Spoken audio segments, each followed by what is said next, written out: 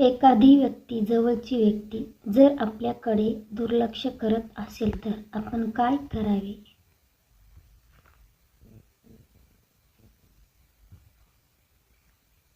व्यक्ती जवळची आहे तर त्याला विचारून बघावे. आता बऱ्याच वेळा आपल्या स्वतःकडून होणाऱ्या चुका आपल्याला कळत नाही.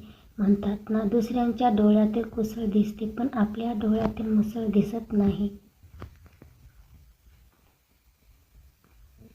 अशा वेळी संवाद साधणे योग्य होईल. आता संवाद कसा साधला आणि काय शब्द वापरला हे सर्वस्वी तुमच्या या व्यक्तीशी असलेल्या मैत्रीनुसार तुम्हाला ठरवता येईल.